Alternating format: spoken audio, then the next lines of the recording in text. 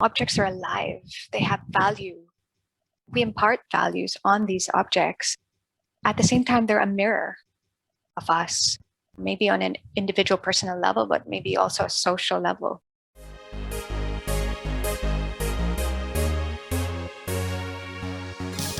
Hi everyone, it's Jo. You're listening to Occupational Hazards, a series of candid conversations with some of the most inspiring people I know as they share their path to finding their calling and all the gritty realities of their jobs. Whether you want to demystify your dream job or are someone like me who enjoys getting a peek into other people's work lives, then this is the podcast for you. Our next guest is repairing, restoring, and preserving artwork and other materials of cultural and historical importance. Margarita Villanueva is assistant to the museum director and manager of conservation at the Lopez Museum and Library, a small private institution in Manila that strives to be a key cultural resource for Philippine arts and letters, spanning the 1500s to present day. The collection consists of rare books, manuscripts, periodicals, maps, photographs, archives, pre-colonial pottery, as well as 19th century to contemporary art. As assistant to the director, she facilitates strategic planning, museum management, and special projects. As manager of conservation, she oversees policies, operations, and projects of the center, which services Lopez as well as other institutions and private clients. They specialize in books, paper, and paintings. Marga completed a Bachelor of the Arts in Art History and a Bachelor of Science in Materials Chemistry from the University of British Columbia and a Master of Science in Professional Conservation from Cardiff University as a Chevening Scholar, where her dissertation was a treatment study of non-aqueous deacidification of paper inspired by Lopez practices. For the study, she evaluated the neutralization and penetration characteristics of magnesium oxide on watercolor paper. We'll ask her about that later. More recently, Marga was awarded a technical grant to participate in a professional program in managing collection environments with the Hedy Conservation Institute. Her final project involved developing an environmental management policy for the Lopez Museum and Library, and then integrating the policy into the architectural design of its new building. Aside from her work at the Lopez Museum, she trained as a paintings technician in private laboratories in Vancouver and at the Vancouver Art Gallery, and then worked in museum operations and education at the Peggy Guggenheim Collection in Venice. She also led collaborative efforts in advocating for Philippine cultural heritage as chair of the Arts and Culture Committee of the League of Corporate Foundations.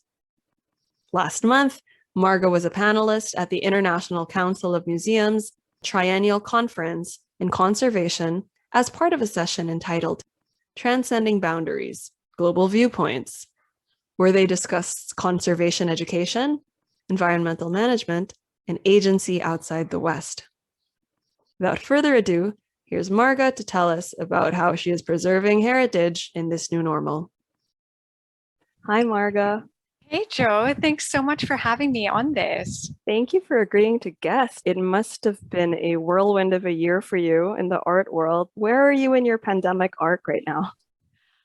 Well, right now, I am literally sitting in my living room and working a lot from home. I think one thing that we've sort of learned in this process is how much you can do at home, but of course, how much you also really need to be on site. So I think just toggling between two, really. So you said on site. Let's start there. What is your site? And then what did going back to the site look like for you during these past few months? So at the moment, I manage our conservation center of the Lopez Museum and Library. And for us as conservators, we are tasked with the care of the collection. And that's something that is, a tangible, very physical role. So although we've largely been working from home, our team, the conservation team, has been one of the few that's actually been reporting on site to make sure that the collections are okay. So although we do not have any exhibitions or physical programs on at the moment, we've been having to go on site and check, make sure everything's okay and carry out our conservation work. Yeah, I was looking at these photos of, I think it was a movie theater at a mall in Malaysia, Mhm. where the seats had started to gather like dust and mold Oh because no. nobody had been sitting there for a year. So I was wondering, like, what's the worst that could happen to it? Or what is your team trying to prevent by being on site and checking? Like, what's the worst that could happen to some of the art if it were just left unchecked? Mold for sure. I would say our greatest enemy is mold. So our collection is both a museum collection, which is fine art and pottery, as well as an extensive library collection, which has an archive that dates back to the 1500s all the way to present day. So there's a lot of paper that's being stored in our facility. And once, a mold breakout starts, the spread of it is just really quite a nightmare. So we devote a lot of our time really to making sure the environmental conditions are okay, physically checking to make sure as well that there are no outbreaks and that everything is tidy. Of course, when a space is tidy, then you also avoid pests and other pollutants that can affect your collection. So it's been really tough with this pandemic. We're so used to, coming to work every day, checking on our collection, which we haven't really had the luxury of doing. Being bound in quarantine, in lockdown, we've actually had to set up barracks for our team. Shout out to Rick, Gerald, and James, who have been living at our storage facility throughout the year. Wow, the frontliners of the art world.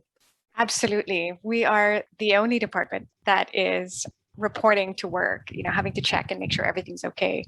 And, in the Philippines, this isn't just mold. This is, every time it rains, oh my gosh, is there a leak? Which has happened. A downspout gets clogged and all of a sudden there's a leak and you don't want any water getting on your artifacts. So they really are the frontliners of our collection at the moment. Oh my goodness. Good luck not getting water in this tropical, humid country. Thank you. Oh, wow. So you mentioned a key word, which I would like to ask you to elaborate on. You said conservator. Mhm. I'm not sure that a lot of people know what that actually means. I think maybe conceptually, okay, somebody who conserves art, but could you tell us a little bit more about what you do? Sure. So conservation, maybe most people know it as restoration, but conservation is actually much more than that. So in my role as manager of the Conservation Center, I should say that the Lopez Museum Library is actually one of the few museums in the country that actually has a conservation center. As a team, we collectively restore, but also preserve cultural material while also lending insight into material history and technology. So, how are things made? How do things, behave or degrade over time? And this is something that we do as a team. And when we think of conservation, we think, I would say we see ourselves more as, mere custodians, like for a blip that come into this object for a blip in its life because we want it to be around for hundreds and hundreds of years to come. So that's sort of what encompasses our main purpose. At the center itself, we have three main program areas. So there's first and foremost, perhaps what I'd call our flagship program would be what we call practical conservation. So practical conservation is when you treat individual objects. Another program area is called preventive conservation, and that's when you look at objects as a collection, mitigating risks and really trying to slow down the degradation process through your storage and display conditions. And then the third area is called conservation science. And this is where we lend support to questions and needs in carrying out practical treatment and lending insight into our material history.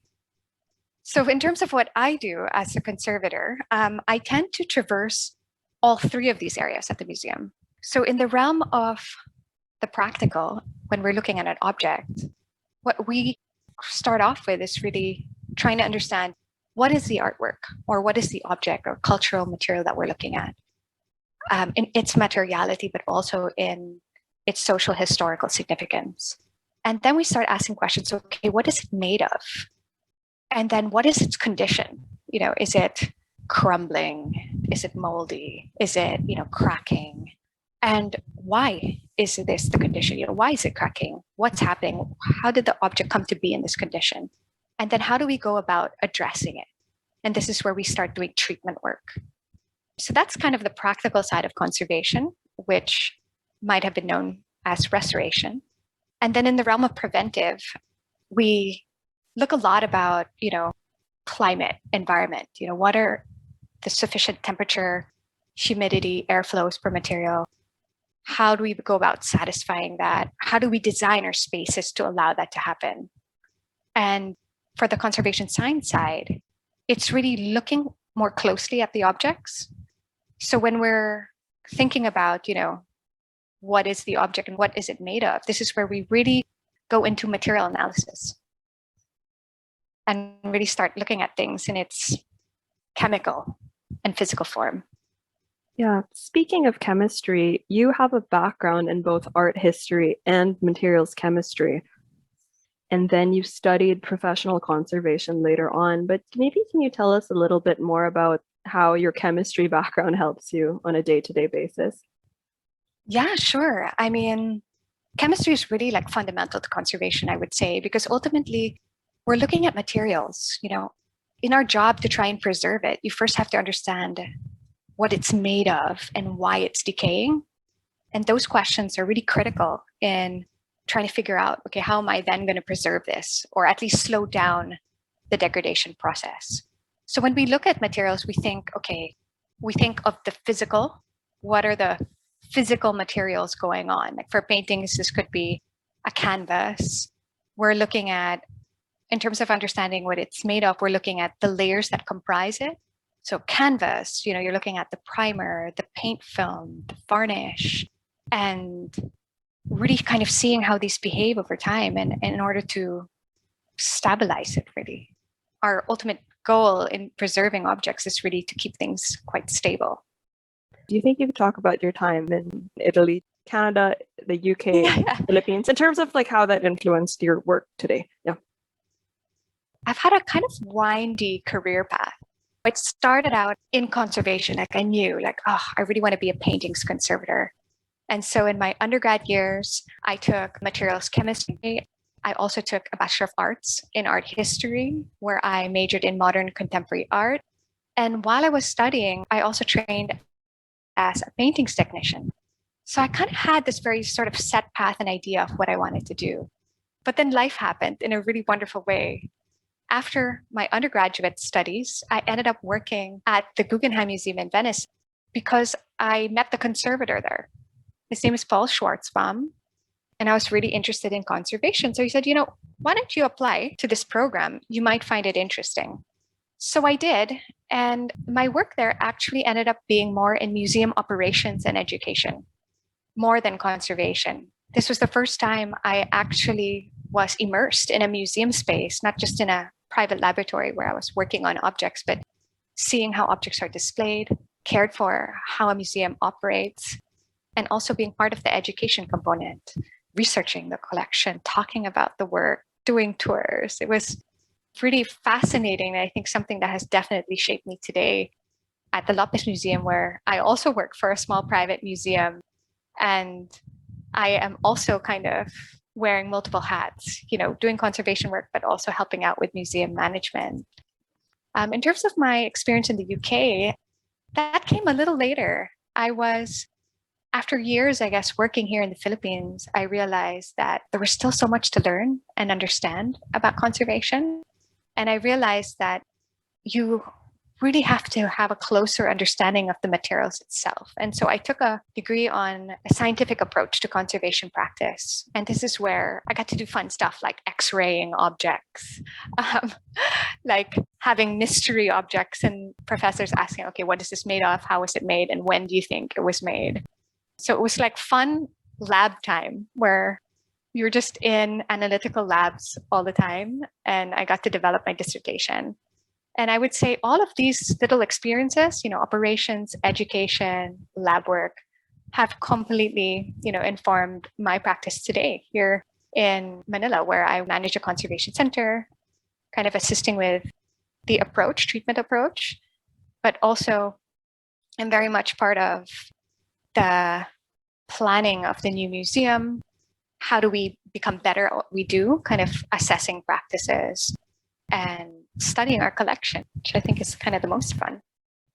Yeah, I talked a little, or I read out your dissertation, the topic, when I was introducing you, but I don't actually know exactly what it means. So Sure. can you tell us a little bit about the non-aqueous deacidification spray treatment that you developed?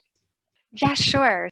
So as I mentioned earlier, at the museum, a lot of our conservation science efforts support treatment work. And so what that means is that we like to understand what things are made of, but also we try to evaluate what it is that we're doing. So my dissertation is actually a treatment study.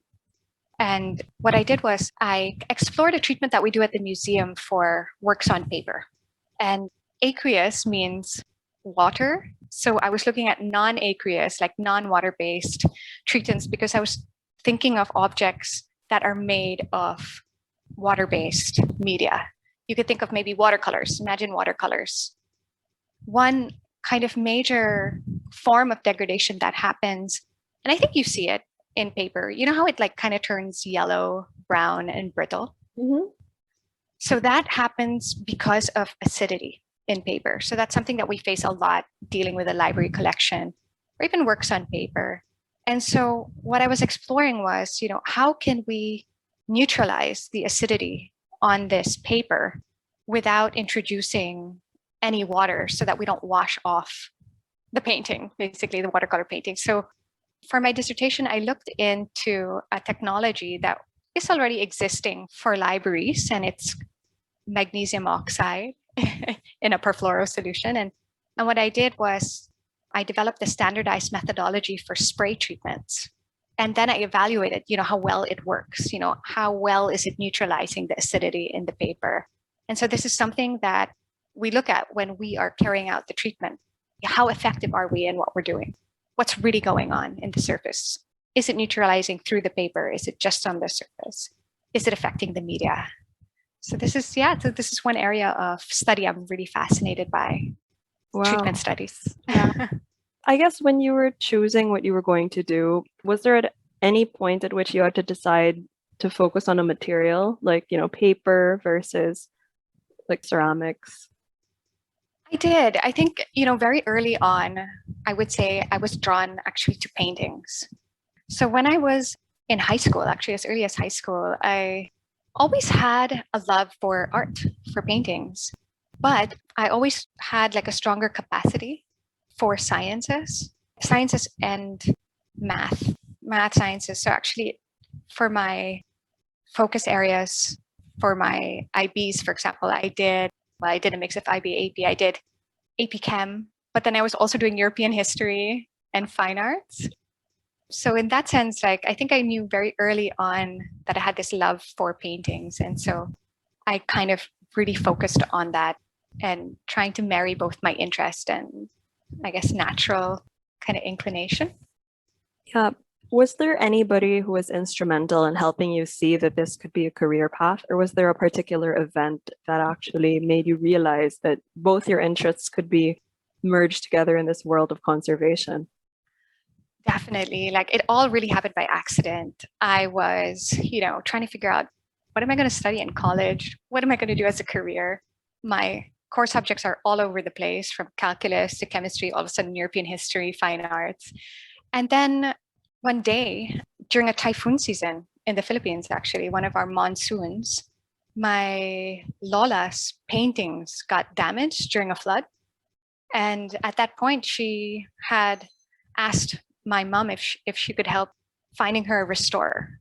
And so I was like, oh, interesting. I wonder what that's all about. And then, around the same time and by sheer luck, there happened to be an Austrian woman in town giving a talk about art restoration. And so my mom took me to that. And that's when I was like, this is it. She came from a science background, kind of really rigorously understanding what's going on, like why, what is the physical, chemical conditions of this object and how do we then preserve it? And I guess in my mind, in those years, I always imagined restoration as like, someone in front of an easel, sort of like retouching something on the canvas. And that's when I realized, oh, conservation is actually kind of like archaeology in a way, where you're looking at material history, preserving it. And the aesthetic is a different layer altogether. You think of like the aesthetic integration, but you're also really working with materials at its core. So I was sold. I mean, that's really what led me through my path throughout even college. Yeah, that's amazing because, when we think of women in STEM or science, technology, engineering, math, and medicine, we don't necessarily, or at least I don't necessarily think of art and art history and conservation as an application of that. But you're right, it's absolutely one of the most fascinating ways in which science is applied.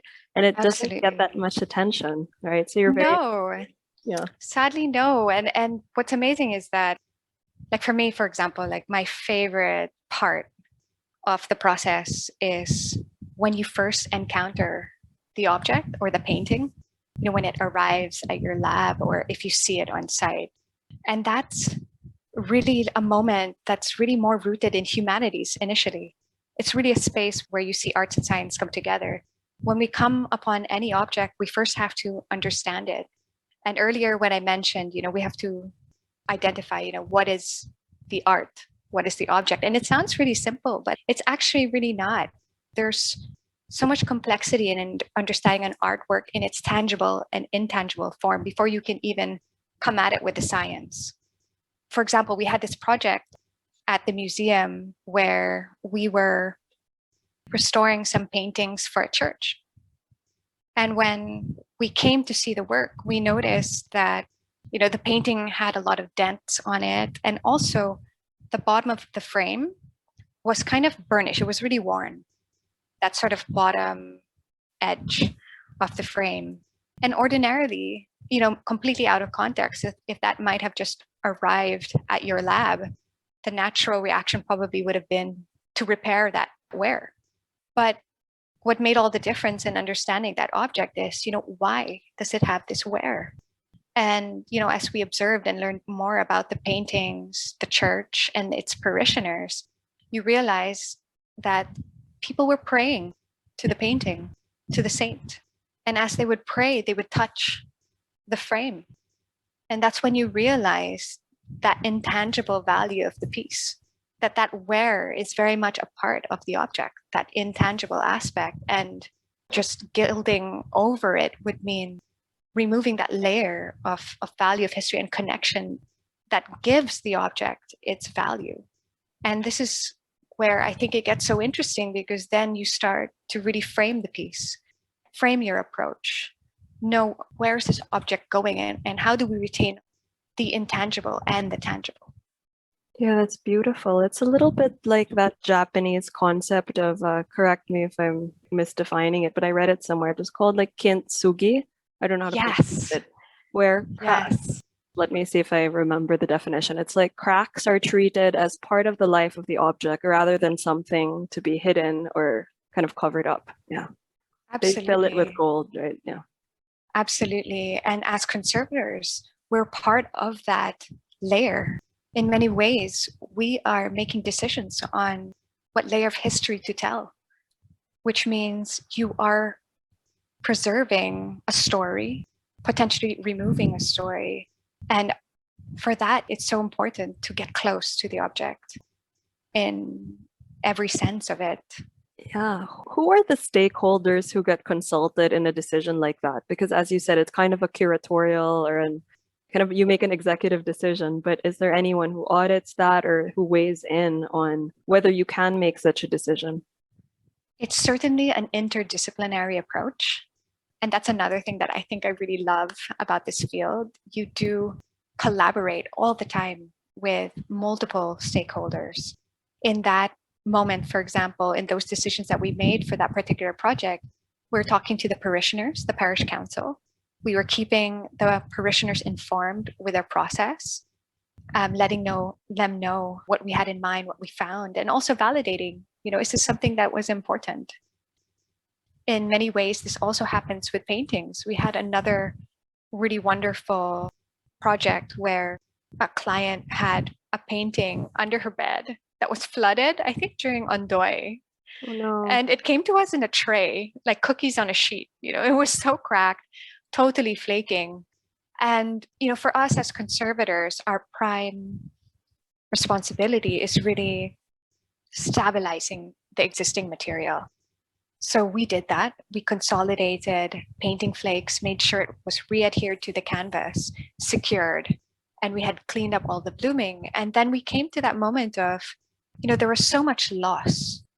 There was so much paint that wasn't present anymore. Miraculously, all around her face, it was a portrait, I think, of her mother. And what was kind of miraculous about that was her face was entirely intact, and it was the background that was just sort of crumbling, really quite dramatic, almost like a ruin. And the client loved that and felt that she wanted to remember this moment. She wanted to remember this moment in time and not erase that. And so we didn't. We preserved the painting as it was in exposing, the raw canvas where paint was no longer, and having that figure just so, like floating almost on that canvas. It was really beautiful. Wow. It's the well, I wouldn't say it's a happy accident, but it's almost like we said earlier, part of the life of the object, it's natural evolution, right? Absolutely. It's never prescriptive. Objects are alive, they have value. We impart values on these objects. And at the same time, they're a mirror of us, maybe on an individual personal level, but maybe also a social level. And that's something that is a space where we begin and we start to have a conversation before you can even proceed as a conservator, really being sensitive to that, understanding that makes all the difference really in how you do your technical approach to any object.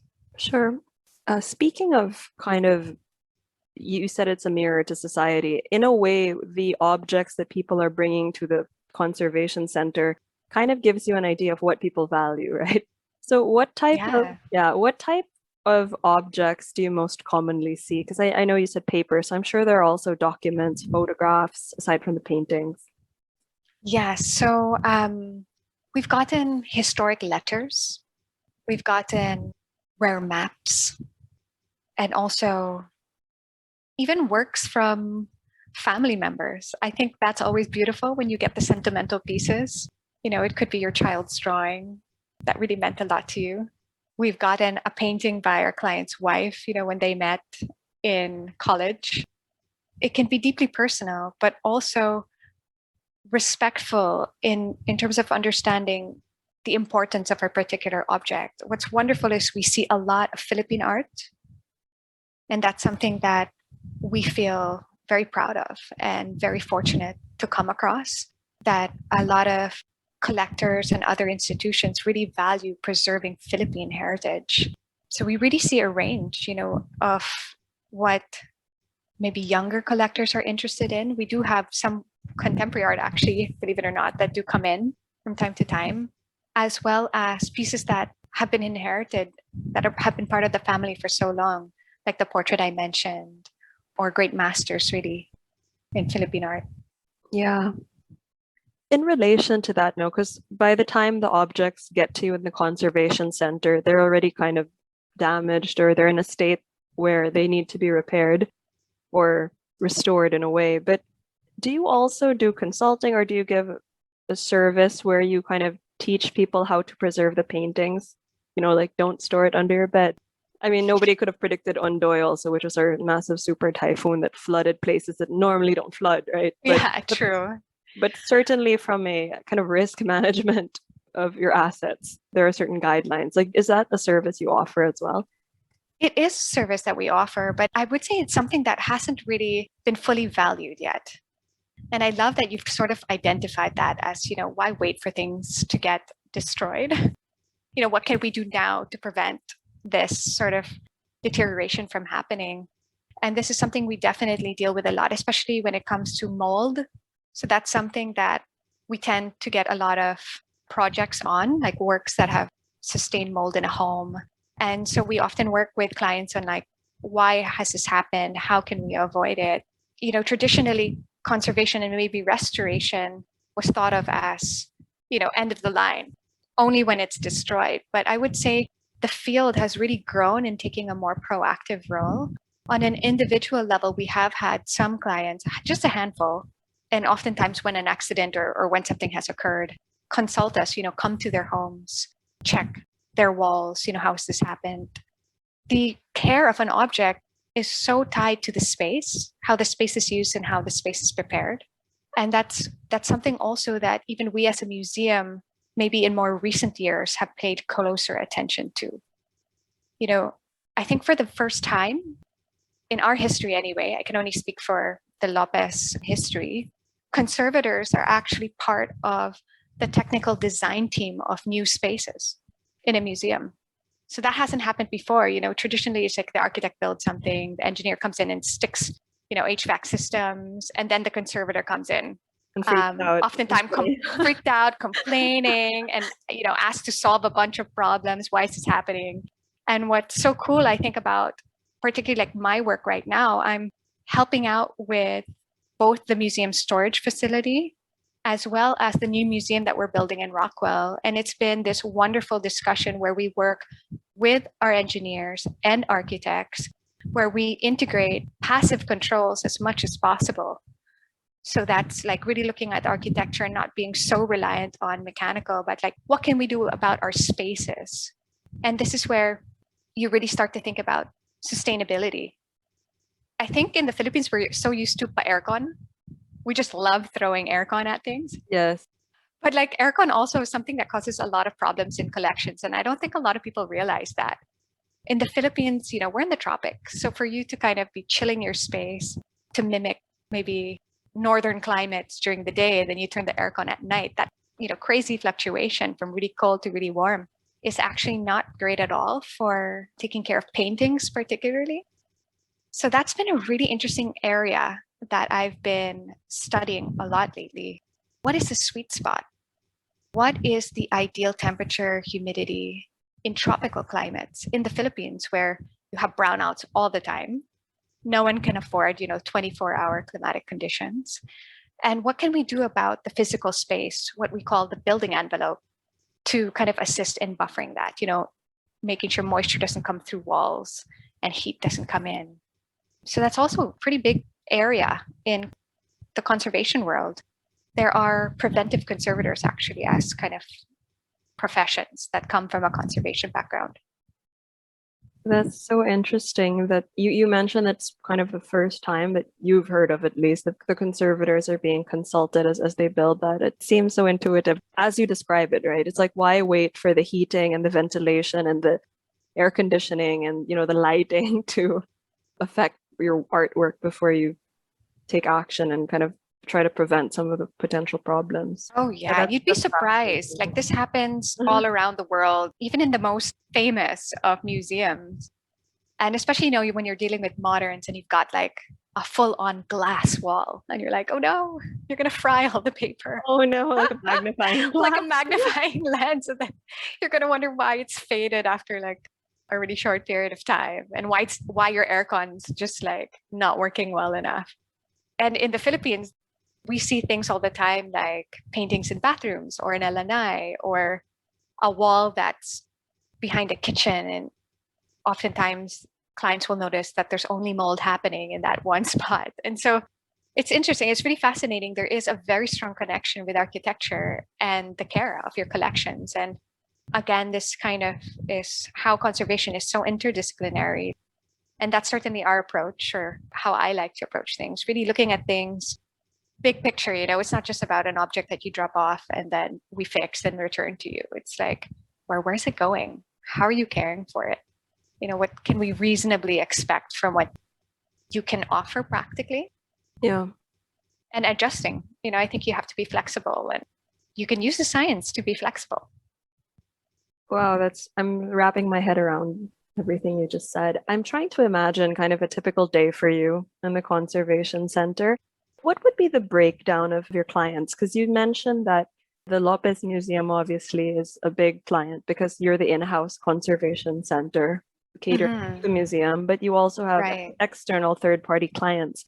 And not all museums have this in-house capacity or capability that you have or the Lopez Museum has built. So do other museums and cultural institutions go to you for help in restoration? Because you mentioned there were private individuals. I'm thinking of kind of cultural institutions, maybe corporate collectors, art dealers, insurance companies that might want to maybe Yeah. or We appraise. have Yeah. we've done work for insurance companies and also other museums. Like one show that I worked on, for example, was the MCAD show on Pasita Abad. I don't know if did you get to see that? That was at Benilde. Beautiful show. I did not see it. For the listeners who are not familiar, MCAD would be the Museum of Contemporary Art and Design Yes. in one of the universities here in the Philippines. Yeah. Yes, at La Salle Benilde. They have brilliant programming and did this one show where they focused on Pasita Abad's trapunto paintings. And a lot of the paintings had come from abroad during wintertime. And the way that those paintings had been stored was they were rolled around like PVC tubes. And so when they unrolled it, like imagine being in a cold storage facility for years, wrapped around a small tube. When we unrolled it, it was all really crinkly, almost like bacon, like crispy bacon.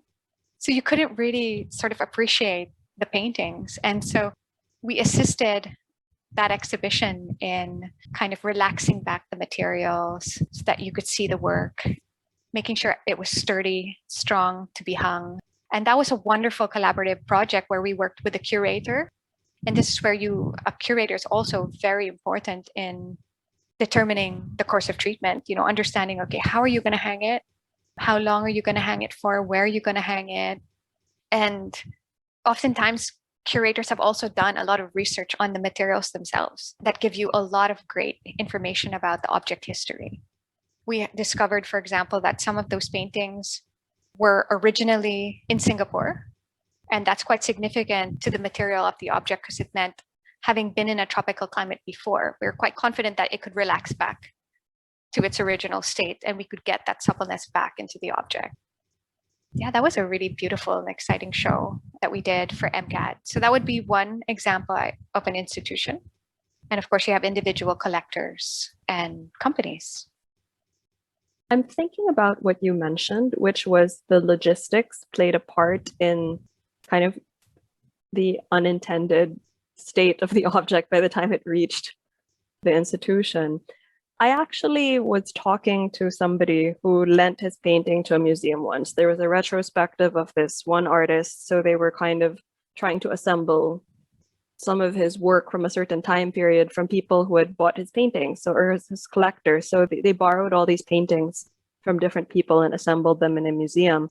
So I asked him, is there, because I am aware, or I used to work with some companies in other countries that specialize in logistics. There's special logistics for, like right now, I guess the topical one would be vaccines. There's for medical, like pharma, there's a special type of logistics for things like jewelry, for things like, large bulk items like furniture and cold storage, like for ice cream. There's some companies specialize in them. And I know that recently there was an issue where some vaccines that were going to one province kind of were put in the back of an ice cream truck and the thermometer wasn't working. So some of them were spoiled. Like there's this whole thing.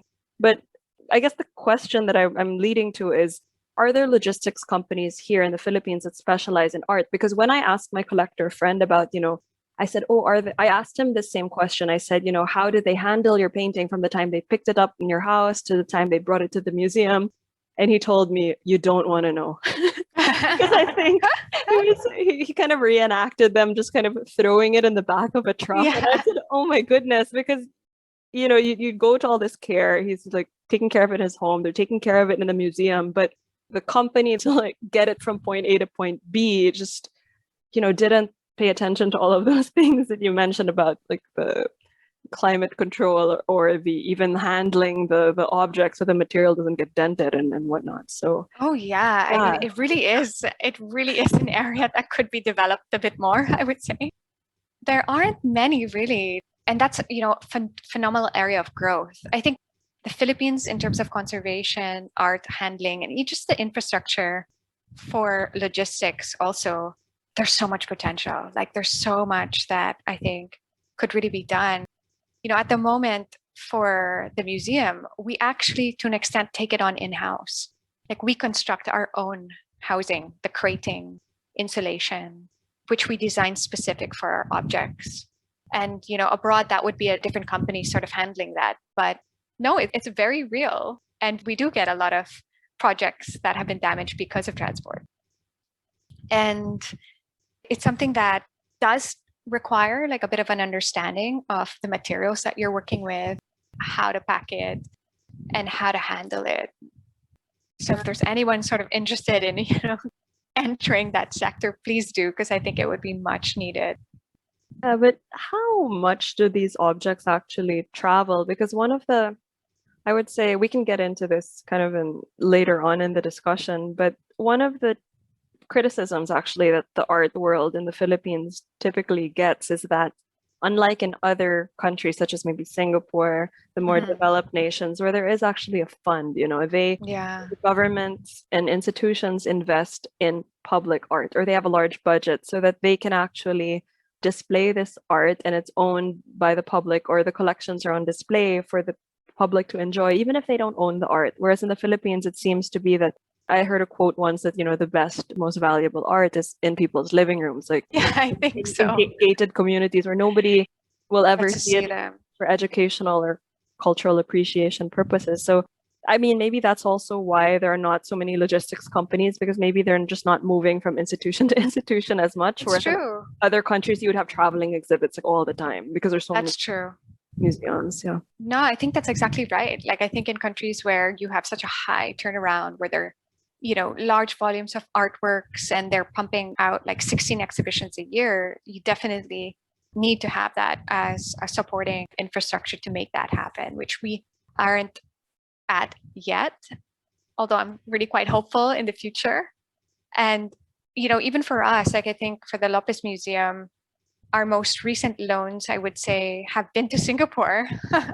So that's where we've been able to make some of our collections available. And you're right. I mean, doing these sort of international trips, we had to kind of take care of things on our own, which we approach very similar to those vaccines. We put temperature humidity loggers within our crates. We have several layers of insulation towards temperature, humidity, as well as vibration in a very meticulously crafted crate. And all that and all the information forms part of our loan agreement and insurance.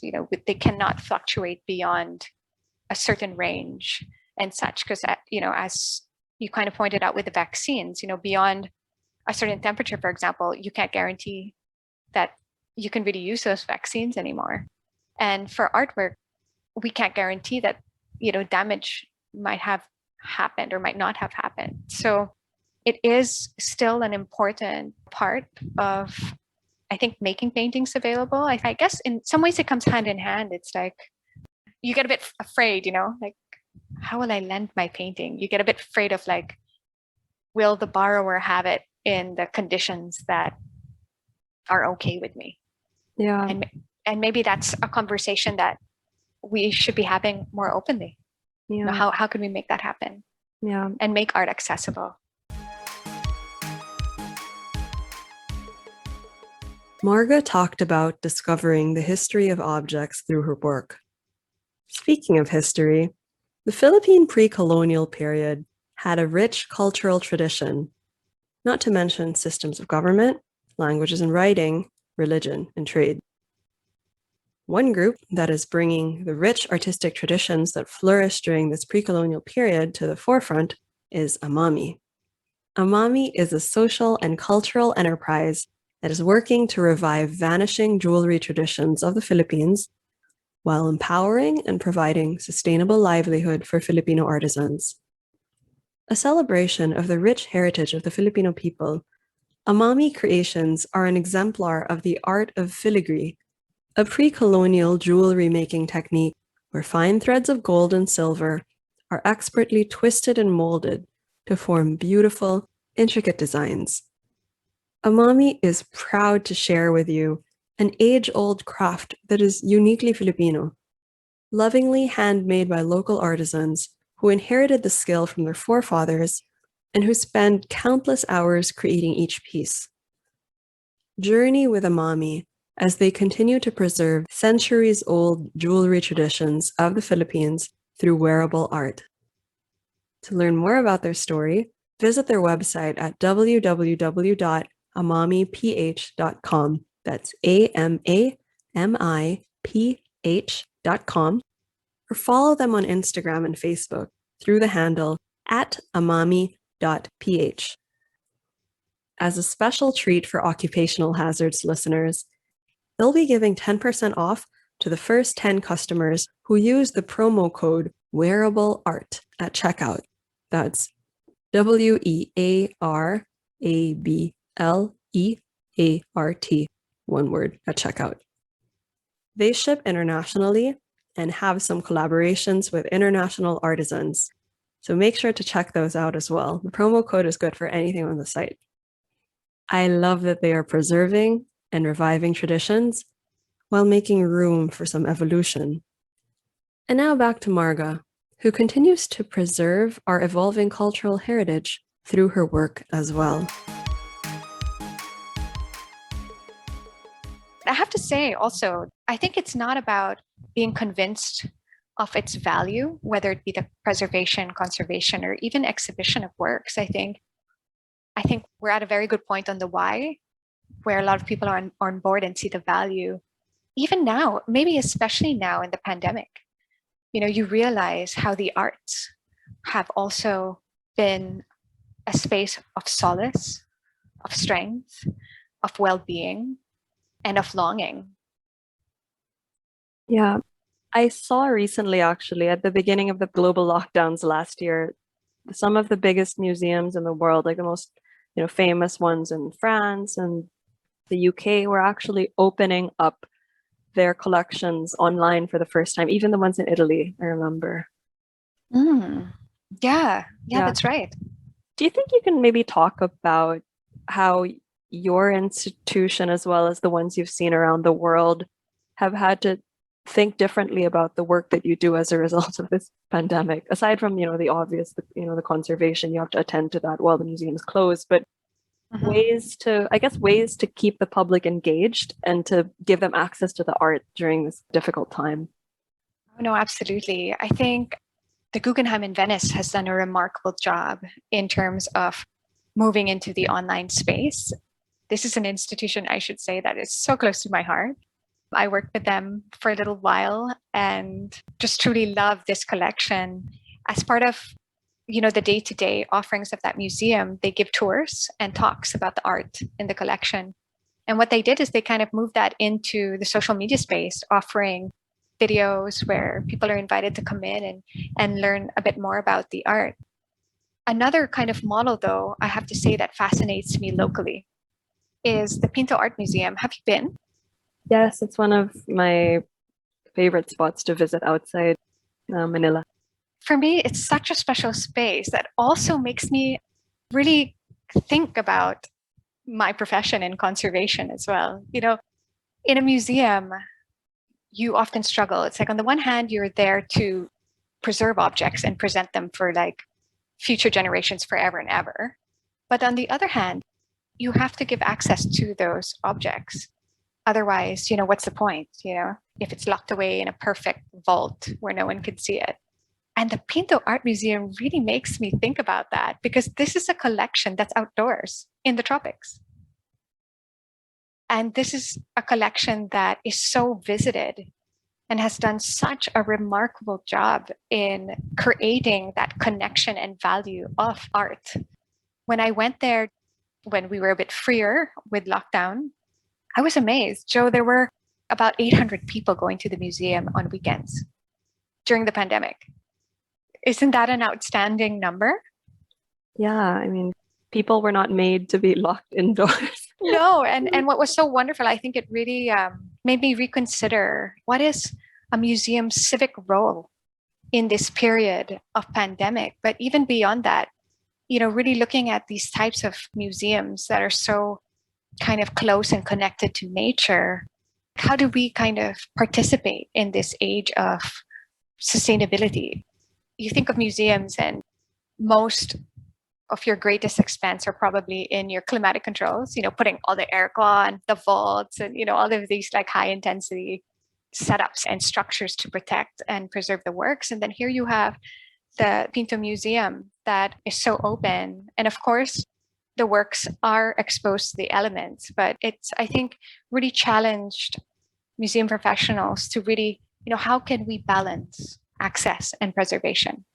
Because access is so needed today. And you can't really replicate the physical experience. I think that's something that I truly deeply feel. Although we have had a tremendous offering online where museums have had maybe more access online than ever before, not just in terms of the art and knowledge surrounding the art, but also workshops. For conservation, there have been so many lectures that have been available, even books and things to read online. But I think the tangible is still so important, that our material connection to objects. Yeah. That relationship and experience will never be replaced. Yeah, which leads me to think, because we've talked about going downstream, the museums and the logistics companies. If you were to go upstream, which is the creation of the work, if we were to move to a model where more and more outdoor museums in the tropics, given our humid humidity and this like really sweltering heat, well, it alternates, right, between typhoon season and then summer, like hot and then wet. So for an artist to then create work for a new normal where maybe more of their work will now be outdoors, if those are the only types of museums that can open for a while, are there resources out there that can teach the artists, like, what type of paint materials do I need to use so that my art will last longer by the time it makes it into these spaces? No, I feel it's funny. I feel like such a rebel for even like advocating outdoor museum spaces. I'm sure most people are like, how could you as a conservator think about it? But I think it's such an interesting area. Like, how can we, on a very practical kind of material scientific level, how can we create works that can survive in these sorts of climates? How can we prepare spaces to kind of help it out a bit more? And also, how can we do housing? Like, to what extent can we create microclimate options or displays where we can make it accessible? One thing that I was so fascinated about at the Guggenheim in Venice is that this is a museum that sits on a body of water. And at that museum, it's in the home of Peggy Guggenheim. They cannot change the home. That's part of the conditions of the institution. So you have these beautiful foyer doors that just open to these massive Picassos, and then there's the Grand Canal. And one way that they've managed to mitigate this sort of access and preservation is creating technology for it. They develop microclimate framing. And that's just one example. But I guess for me, what I'm showing is that these are challenges and interesting questions, which I think can have really interesting solutions when you think, how can we marry both? And I think, especially now, museums need to kind of think beyond how they normally do things. How can we shift our practices, our ways in which we care or prepare or display works so that we can achieve our ultimate goal, which is truly access? Because at the end of the day, we want these objects to be there with people, interacting and be available. Yeah. Are the artists actually learning how to harness different materials so that they have a better chance of withstanding the elements if they were to move outdoors? I've always wondered about that same question, actually. I don't know if that's covered maybe in your fine arts curriculum, but I would be fascinated to know as well. We've had a lot of experiences with contemporary art. And for me, that's such a treat because, the artist is living. You can actually speak to them about their material preparation, which is usually not the case for conservators. You're normally doing a lot of investigative work, trying to figure out, okay, what did they use, But wow, like what an incredible opportunity to be able to dialogue with contemporary artists. It's happened a few times in the museum where we've invited the artists in just to show them, letting this is what happened and this is why we think it's happening. Because for us, the last thing we'd want to do is dictate materials. We really are more like custodians of history, whether it be material or non-tangible. And so we wouldn't want to sort of dictate, but if that's something that interests the artist, of course, we'll come in. We've had artists, for example, that feel, actually this frame is really important to us. So we're like, okay. And it might have been a frame, like the way it was framed might have caused damage. And so what we do is we adjust. We worked around. We lined the framing with acid-free buffers so that it wouldn't be in direct contact with certain parts of the frame. Or alternatively, there's some artists that have said, okay, well, the canvas is important, but the backing not so. So we've removed the plywood backing and replaced it with either a stretcher bar or foam board. So I think it's actually quite open. For me, like contemporary art especially should have no limits, but we'd be so happy though if there were kind of interest in understanding the preservation side. Because also, conceptually, some contemporary art is actually not meant to last. Yeah. So I think it really comes down again to what is the object? What is the art? What is it about? And we're around, we'd love to have that conversation or even embark on an investigation of like, why does this keep happening to these materials? We've had something you often see, for example, there's some artists that you'll always see maybe the black paint cracking, like no fail, different households over different years, and you'll always see the black cracking. And you realize, they're drying cracks. It's the artist's process. It's the way that maybe he put too much fat in the oil paint preparation. So technique and preparation and materials that you use do have an impact on the preservation. And I guess it's a question more of what does the artist care about? What forms part of the work? Sure. You mentioned that you were in Venice. So Italy is a country that's so rich in Renaissance history, I think that's Yes. most famous for. And you chose to work in this institution that focuses a bit more on the modern and contemporary art. Modern art. Is it 1860s to 1960s? Ish? Is that right? And then contemporary art would be anything made now. Kind of like today. I guess so. Yeah. I mean, more. I'm trying to like. Yeah. Or it's like I feel like everyone has definitions, but the Guggenheim Collection was largely 20th century art. Okay. So looking at pre-war, and they've since expanded their collection to post-war. Okay, so more of 1900s to 1942-ish. Yeah. Yeah, like 1950s even. 1950s. Okay.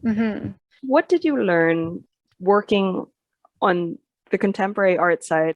How did that influence you?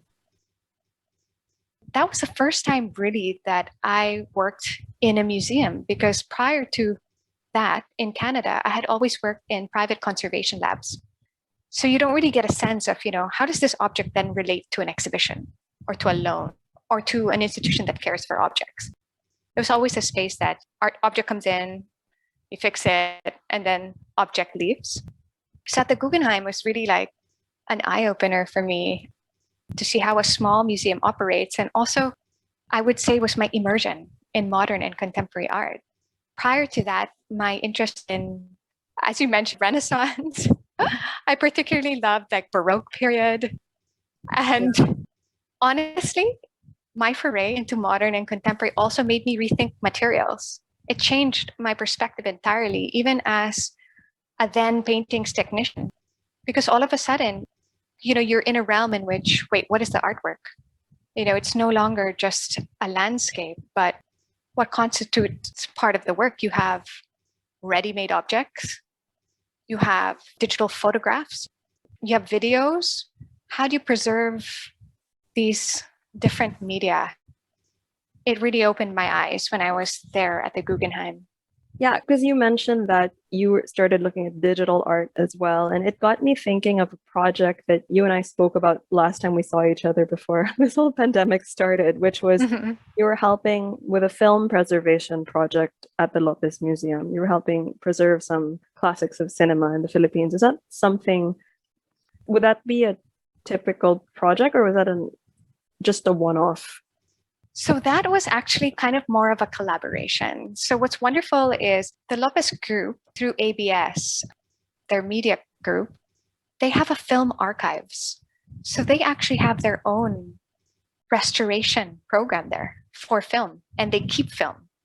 And it's really fascinating. Like, we kind of have a bit of crossover because some archives from cinema have entered the Lopez Museum if they're paper-based. So for example, the LVN collection ephemera on paper. So that might include scripts, music scores, photographs, are housed with the Lopez Museum because we specialize in paper. But then the films are housed with the film group at ABS. Oh, wow. And I think it paints the picture that a lot of our work is so, again, materials based and materials specific. And so when you come into this profession, you generally specialize in a particular material. Yeah, and just a little explainer for the listeners who maybe are not familiar with the studio system in the Philippines. LVN would be? LVN Pictures was a production company from the 1900s, from pre-war to post-war. It was acquired by ABS CBN later in its life, but it produced some of the most phenomenal films that form part of the golden age of Philippine cinema. And part of the film archive collection are the original films themselves, where they have preserved the physical films and have also kind of digitally rendered the contents. That's amazing. I could talk to you forever about all of these projects because you're working on so many interesting things. We're just talking about paper. We haven't even talked about ceramics and sculpture and all these other objects, right? But I guess to wrap up an idea you started on earlier, because you mentioned a lot of the things you love about the job. Are there things that you don't like so much, or things that somebody who was not so sure if this was a path they wanted to pursue might get dissuaded by? Sure. I mean, definitely. I think every job has that. So I mentioned, I've sort of dove into projects and, straight into the objects themselves. I would say my least favorite thing is definitely all the backroom items. So something that maybe they don't talk a lot about in school is all the paperwork that's actually involved. So managing a conservation center means managing operations, your team, your facilities, your procurement, writing a lot of reports. And I think these are like kind of painfully necessary scope of work, as a conservator, but definitely my least favorite. Okay. So if you had to fill in this blank, per the name of the podcast, it's called Occupational Hazards because we want to shed some light on what might be some of the hazards of the profession. So if you were to fill in this blank, don't take this job if you blank, what would you put in that blank? Don't take this job if you are not a patient person. I would say that would be the prime. Conservation is a long path. There's a lot of schooling involved, just on the preparation level. It involves doing undergraduate degrees with backgrounds both in science as well as art history and studio arts, and then pursuing a master's and then pursuing a placement. So it's definitely a long path. So you kind of have to be committed. And also the work itself. It takes months to do just one painting. So you have to be kind of ready to be sitting in front of that canvas with your cotton swab for hours on end, for sure. Oh, wow. Yeah. Don't do it if you're not a patient person. And I guess know that this might not be the most lucrative field. I would say that it's one of the most rewarding and enriching for sure. You'll always be learning. Every object's different. And even the field itself is continually evolving.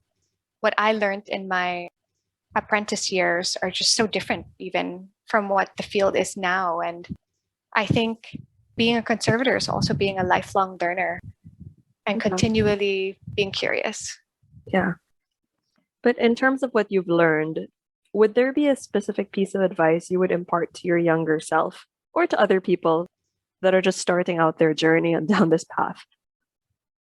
I would say really take the time in building your foundations. Really take your time kind of developing skills in chemistry, your analytical skills. Spend time and enjoy studio work. Spend time in art history. Those three areas, I think a strong foundation will really set you up for a great career path. I think maybe something I tell to my younger self is also be patient in your career. I think I was just so excited and in a hurry to do a lot of things. I think being in the Philippines does that to you. I don't know if you feel the same way, Joe, but I feel like we're in the land of possibility. I Yeah. feel like you could do anything here in the Philippines. And so I was so kind of excited to move back right away, like, oh, I want to do this, want to do that. But I think I would tell my younger self, take your time, enjoy the process. This is a career that you have the luxury of taking along with you for many years. There are conservators that practice well into their 70s. Can you believe? Yeah. So, a few years of schooling is nothing. Yeah. I love that. Are you working on anything right now that you're particularly excited about and that other people could reach out to you about if they wanted to collaborate? Like, are you looking for collaborators? I think one area that I would love to grow, maybe this is a bit of a goal than it is a plan. Maybe it's even a dream. I would really love to build on material research in the Philippines. One area that I find that we don't really have a lot of literature on is technical art history. So really understanding, what did our Philippine artists use when they painted? What was Luna's palette? How did Amor Solo acquire his materials and prepare them? I think this is one area of research that I would love to focus on, and that would entail collaborators and, maybe in future, supporting that kind of an endeavor, but also maybe lending paintings for study. Yeah. I would be so interested to see if they used, how some artists make their own paint. So if they use paint from, or if they use ingredients from the natural environment as well. I'd also be super curious about that. Like, I noticed a lot of literature that I've come across anyway, I can only speak about my personal experience, is often about the life of the artist. But I kind of want to know about the art itself, the objects, their technical practice. There are some priests that I read about. There was an Australian conservator once that did a study on these panels from a church in Bohol, Philippines. And she found that they used beeswax, like local beeswax, as part of the varnish and coating of the paintings. And things like that fascinate me. It makes me think, oftentimes we get paintings where I'm wondering, why is this behaving this way? I don't think this is really, like oil paint. I wonder what kind of paint this is. And I think I would love to be able to really dive in and do some investigative research there and really get close to the artists, knowing what they used, how they painted. Yeah, you mentioned you were excited about practicing your profession here in the Philippines, so much so that you couldn't wait to, move back from your studies abroad. What do you think are some of the opportunities? Because I think we can talk on and on about some of the limitations, the budget and the support and the funding, all of those things. But what are some of the opportunities that you see? So I think that we are at a time where people are curious and thinking about conservation more so than ever. And I think that we are in such an interesting climate zone, being a tropical country, because this is a space where things degrade much quicker than they would abroad or in other climate zones. So I think opportunities are really to provide maybe educational opportunities for conservation. I think if there were programs, people would take them. And maybe let people know a little bit more about the field to kind of pique the interest. I think that's a wonderful opportunity to strengthen our education in conservation. Yeah, because there's so much room for development and it's kind of very early on. So the work that people such as you are doing is very much shaping the future of this field in the country. I'm very excited to see where it goes.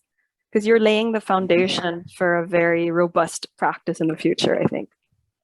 I hope so. I think the Philippines is just so fascinating. Even our artists and our practice, like things we see in the lab, we come across a range of practices, of preparatory techniques, of materials that, in coming from a background, especially in my work in Canada, where it was much of the same, you get the same typical oil painting preparation. Here, it's like so creative, the way that artists make their work.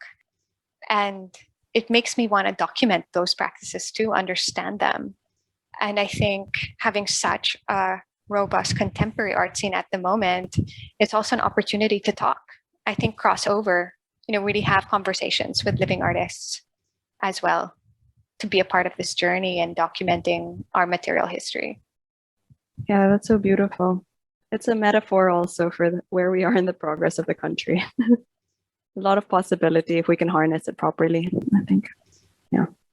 So moving on to, I guess, the lightning round of this, I'm going to ask you just a few questions before we wrap this up. But what inspires you more? Yeah. Art for sure inspires me. History, culture, people, particularly those that have kind of reached their full potential. Like someone that I'm super fascinated with right now, for example, is Neri Oxman. Don't know if you've heard about her, but fascinating woman.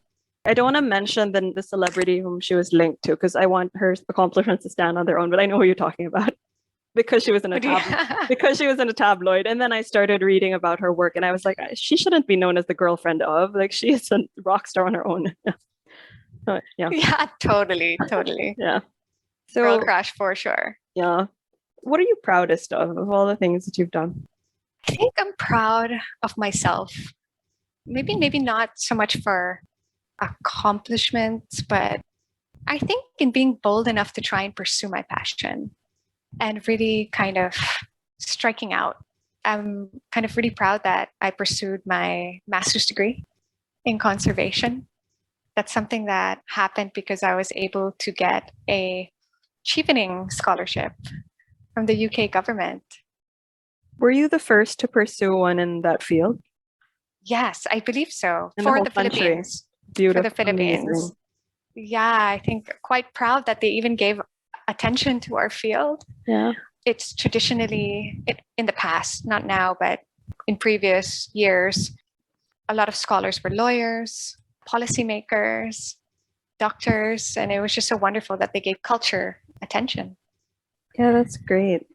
I know somebody who was an architect, but I've never heard of somebody in your field. So it's wonderful that you were able to go represent our country on a global scale in that field. What about a fictional character that you most identify with? I feel like when you're in the Philippines doing conservation work, I identify with MacGyver. You gotta be resourceful. You gotta deal with what you got and get creative. Nice. People ask, where do you buy your conservation materials? Not from a conservation store. Sometimes from groceries. Like a whole range of things. Lazada. I mean, you get creative. And how do you know it's going to work? Principles. You just stick to your principles, your tools, your knowledge, kind of understanding what it is you need to achieve. And those will guide you. Nice. That's a great metaphor for everything also. What about, is there a work of art featuring somebody in your profession that you enjoy or think is a good reflection of the profession? A work of art? Like I'm thinking Night at the Museum, but that's not a reflection of what you do. But there are so many of these, National Treasure, all these movies where they have to do some forensic investigation based on these artifacts. So I was wondering if there was such a movie or a book or something where you felt that your profession was seen. Oh gosh, I can't think of one. Okay. I can't think of one at the moment. I haven't really come across many like restoration films. I feel like we're always I feel like there are a lot of heist films where they talk about how, will we get away with this if they do like a scientific investigation? Oh, like forgeries. Yeah, I feel like our field, exactly. I feel like our field is always like somehow linked to forgeries. and how to get away with forgeries because we're the people on the other side, like investigating the materials, checking if things check out. I think, was it the Thomas Crown affair? Wasn't that the plot?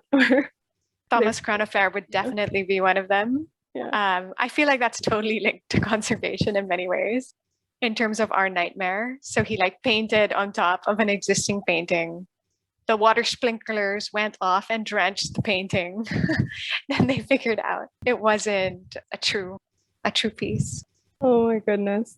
But we're on the flip side. Yeah. Never the star.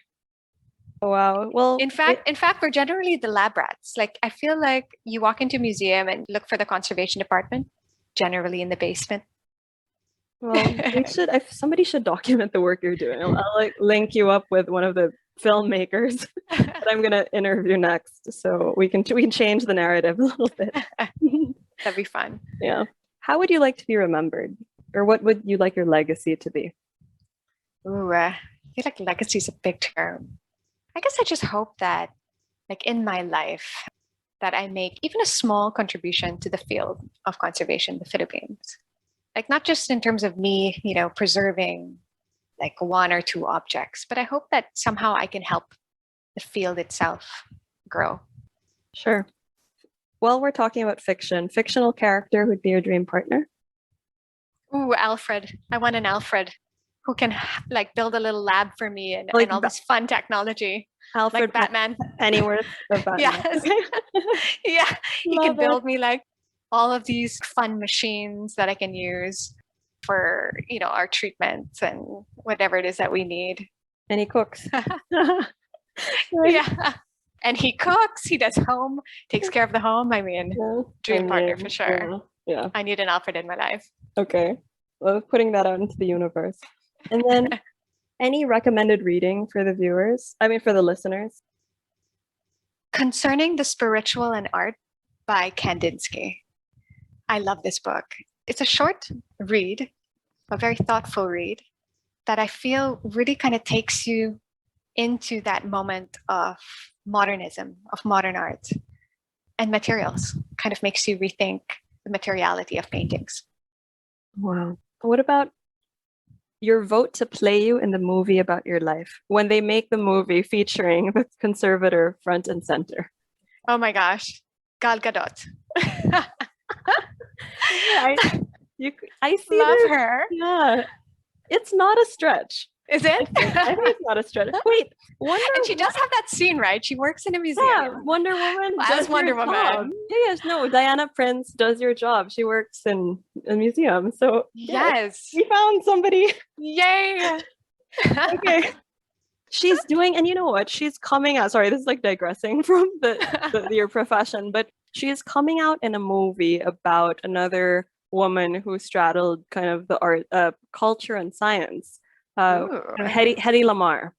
Hedy Lamarr was an actress named one of the kind of the most beautiful faces in Hollywood cinema. She's Austrian. She helped invent the technology that became the foundation for Bluetooth and Wi-Fi. Oh. Yeah, she was using it to help the Allies during the war. So intercept and kind of, I think, get their, let's see if I can recall this correctly, it's see if they could transmit their messages over the radio frequency that they were using, and then also kind of jam the enemy frequency from coming across. Yeah, I'll put it in the show notes, but Gal Gadot is coming out in a movie about that woman's life. I'm not explaining. Oh, I'm definitely going to check that out. Yeah. I'm totally checking that out for sure. Yeah. So she's played both somebody who works in a museum and somebody with a science background. Oh my gosh, love her. She's perfect. Yeah, perfect. Any hidden talents or untapped potential that you haven't shown the world yet? Hidden talent, maybe. So as in my teenage years, I was actually an equestrian. So I don't know if people in my professional life know that of me, but I was obsessed. So before I found art, my singular focus was horses. I was crazy about it. I would wake up at like 4 a.m., do a class before school, go to school, do a class after school, and at some point competed in a summer in Europe. Does that ever come into play in your work? I guess when you look at paintings of horses, but anything about the form or the physicality of it? I think the discipline, very early on, I guess a condition for getting into the sport was that I had to take responsibility for it. And it wasn't just like taking a racket out of a closet, but you had to take care of a living being. And I think, it maybe really forced me to plan out my schedule, to care for a living creature for a prolonged time, and working towards specific goals. So I think discipline for sure, and that singular focus. Nice. Marga, how can people get in touch with you if they are curious about your work or would like to ask you about paintings that they would like to bring to the center? I'm on LinkedIn. Feel free for sure to reach out. I always get excited when people are interested in conservation. And maybe, feel free to share my email. Okay. Joe, maybe I can send that over to you at the museum. Sure. Happy to even have a chat, especially if you are a budding conservator who, like me, felt a bit confused. Do I have to choose the science path, arts path? When you don't have to, you can choose both and get into the profession. And become Wonder Woman, basically. The dream. The dream. Become Gal Gadot.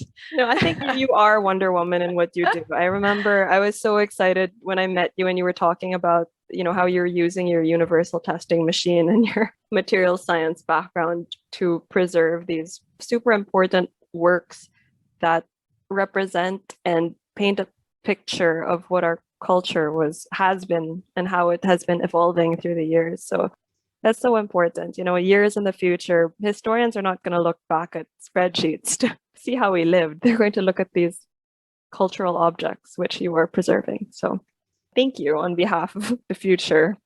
Thank you, Joe. That's generations. Yeah, because you're preserving moments in time and also you're honoring kind of our beginnings and our evolution. So I look forward to seeing you get more support than what you're doing, actually.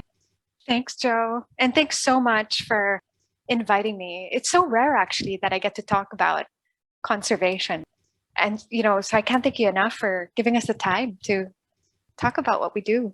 Yeah, thank you for spending time with us and have a good night. And I look forward to seeing the future projects being launched. Bye, Marga. Thanks, Joe. Bye. Bye. Thanks for listening, guys. Don't forget to like, rate, subscribe, and share with a friend so that others can find the pod as well. Do check out @occupationalhazards.podcast on Instagram, where we have more updates from our guests and some listener feedback. Slide into our DMs. We'd love to hear from you. Catch you next episode.